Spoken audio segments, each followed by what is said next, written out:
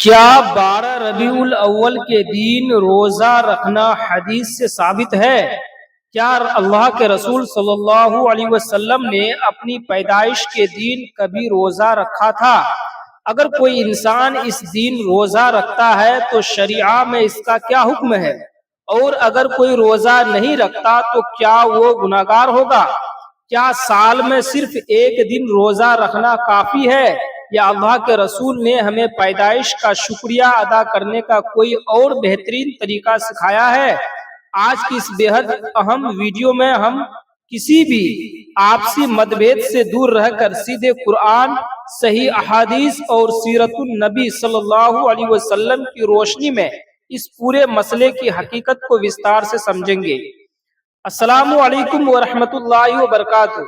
میرے پیارے اسلامی بھائیوں اور بہنوں، اسلامی کیلنڈر کا بہت ہی مبارک مہینہ ربیع الاول جاری ہے۔ یہ وہی مبارک مہینہ ہے جس میں اللہ تعالیٰ نے پوری دنیا کے لیے رحمت بنا کر ہمارے پیارے نبی حضرت محمد صلی اللہ علیہ وسلم کو اس دنیا میں بھیجا۔ اس مہینے کے آتے ہی ہر مسلمان کے دل میں اللہ کے رسول صلی اللہ علیہ وسلم کی محبت، ان کی یاد اور ان کی سیرت کو جاننے کا شوق اور بھی زیادہ بڑھ جاتا ہے۔ لیکن اس مہینے کی 12 تاریخ کو لے کر ہر سال ہمارے سماج میں ایک بہت بڑا سوال اور الجھن پیدا ہو جاتی ہے۔ لوگ پوچھتے ہیں کہ کیا 12 ربیع الاول کے دن روزہ رکھنا چاہیے یا نہیں؟ آج ہم اس سوال کا جواب بہت ہی آسان زبان میں اور مکمل تفصیل کے ساتھ جاننے کی کوشش کریں گے تاکہ آپ کے ذہن کے سارے سوالات ہمیشہ کے لیے دور ہو جائیں۔ پہلا بڑا سوال، کیا حدیث میں خاص 12 ربیع الاول کے روزے کا ذکر ہے؟ میرے محترم بھائیوں، جب ہم حدیث کی مستند یعنی اوتھینٹک اور صحیح کتابوں کا گہرائی سے ادھین کرتے ہیں جیسے صحیح بخاری اور صحیح مسلم، تو ہمیں یہ بات بالکل صاف طور پر معلوم ہوتی ہے کہ اللہ کے رسول صلی اللہ علیہ وسلم نے کبھی بھی سال میں صرف خاص 12 ربیع الاول کی تاریخ مقرر کر کے روزہ رکھنے کا الگ سے حکم نہیں دیا۔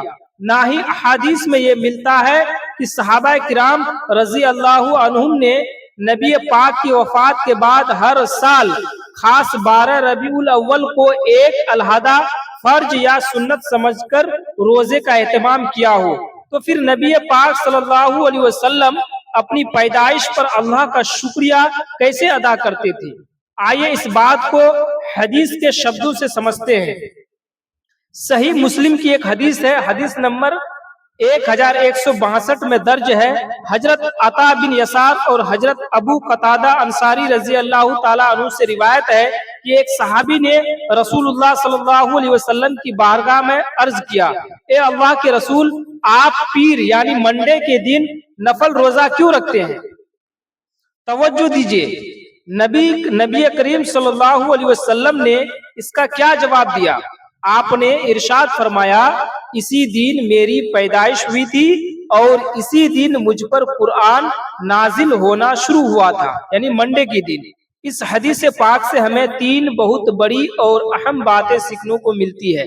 پہلی بات، اللہ کے رسول صلی اللہ علیہ وسلم اپنی پیدائش یعنی اپنے جنم کی خوشی مناتے تھے، اور اس کا سب سے افضل طریقہ کیا تھا؟ اللہ کے آگے روزہ رکھ کر شکریہ ادا کرنا۔ دوسری بات، نبی پاک صلی اللہ علیہ وسلم اپنی پیدائش کا شکریہ ادا کرنے کے لیے سال میں کسی ایک تاریخ جیسے 12 ربیع الاول کا انتظار نہیں کیا، بلکہ آپ نے ہر ہفتے آنے والے پیر کے دن روزہ رکھا۔ تیسری بات، پیر کے دن روزہ رکھنے کی ایک اور بڑی وجہ یہ تھی کہ اسی مبارک دن اللہ تعالیٰ نے قرآن مجید کو اتارنے کی شروعات فرمائی تھی، یعنی یہ دن وحیات اور ہدایت کے نازل ہونے کا بھی دن ہے۔ اگر ہم حساب لگائیں تو ایک سال میں لگ بھگ 52 پیر آتے ہیں۔ کتنے؟ 52 پیر۔ نبی کریم صلی اللہ علیہ وسلم سال میں صرف ایک دن نہیں بلکہ سال کے تمام 52 پیر کے دنوں میں نفل روزہ رکھ کر اللہ تعالیٰ کی اس عظیم نعمت کا شکریہ ادا فرماتے تھے۔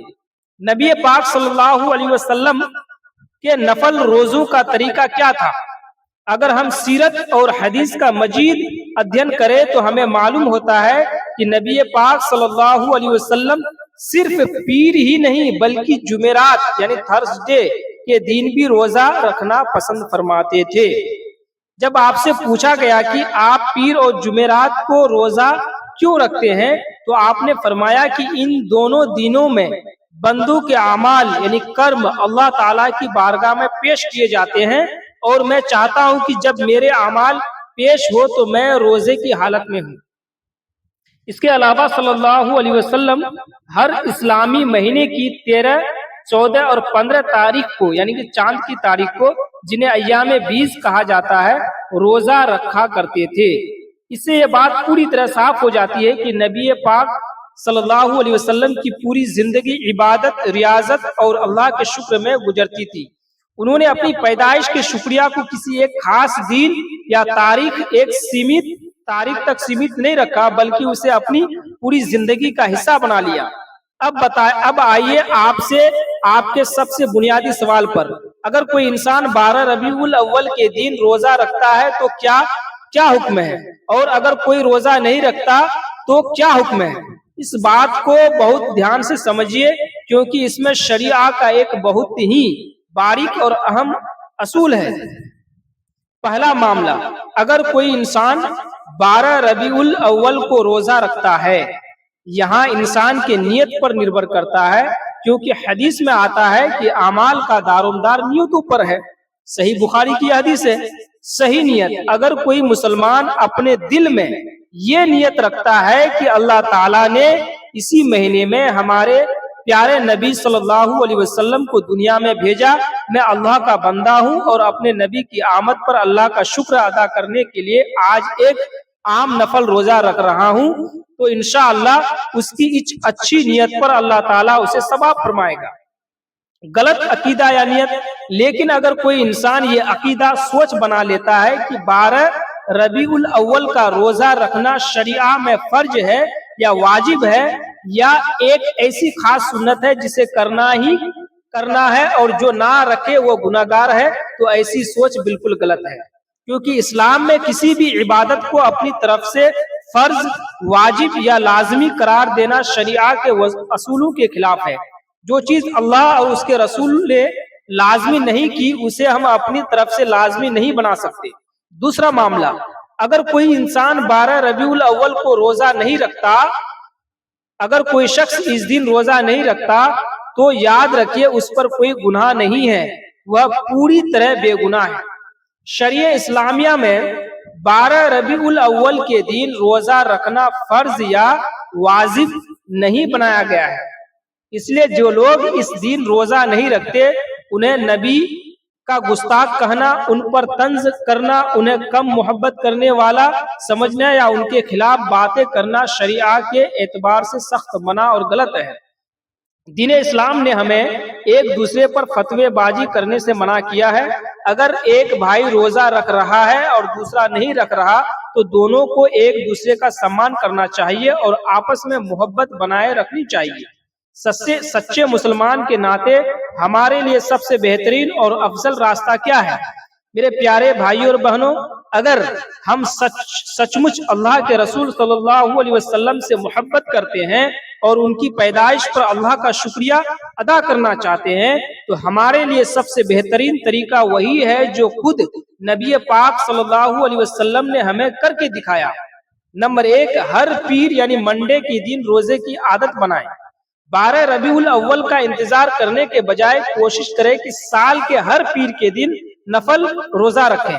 جب آپ ہر پیر کو روزہ رکھیں گے تو آپ سال میں 50 سے زیادہ بار نبی پاک صلی اللہ علیہ وسلم کی سنت پر عمل کریں گے اور آپ کو ہر ہفتے ان کی پیدائش کا شکریہ ادا کرنے کا ثواب ملے گا۔ نمبر 2، نبی پاک صلی اللہ علیہ وسلم کی سیرت اور اخلاق کو اپنائیں۔ اللہ کے رسول صلی اللہ علیہ وسلم کی اصلی محبت صرف ایک دن کی عبادت یا ایک دن کے جشن تک سیمت نہیں ہے۔ اصلی محبت یہ ہے کہ ہم آپ کی سنتوں کو اپنی زندگی میں لاگو کریں، ہم اپنی زبان کو سچ بولنے والا بنائیں، اپنے اخلاق کو عمدہ بنائیں، غریبوں، یتیموں اور بیواؤں کی مدد کریں،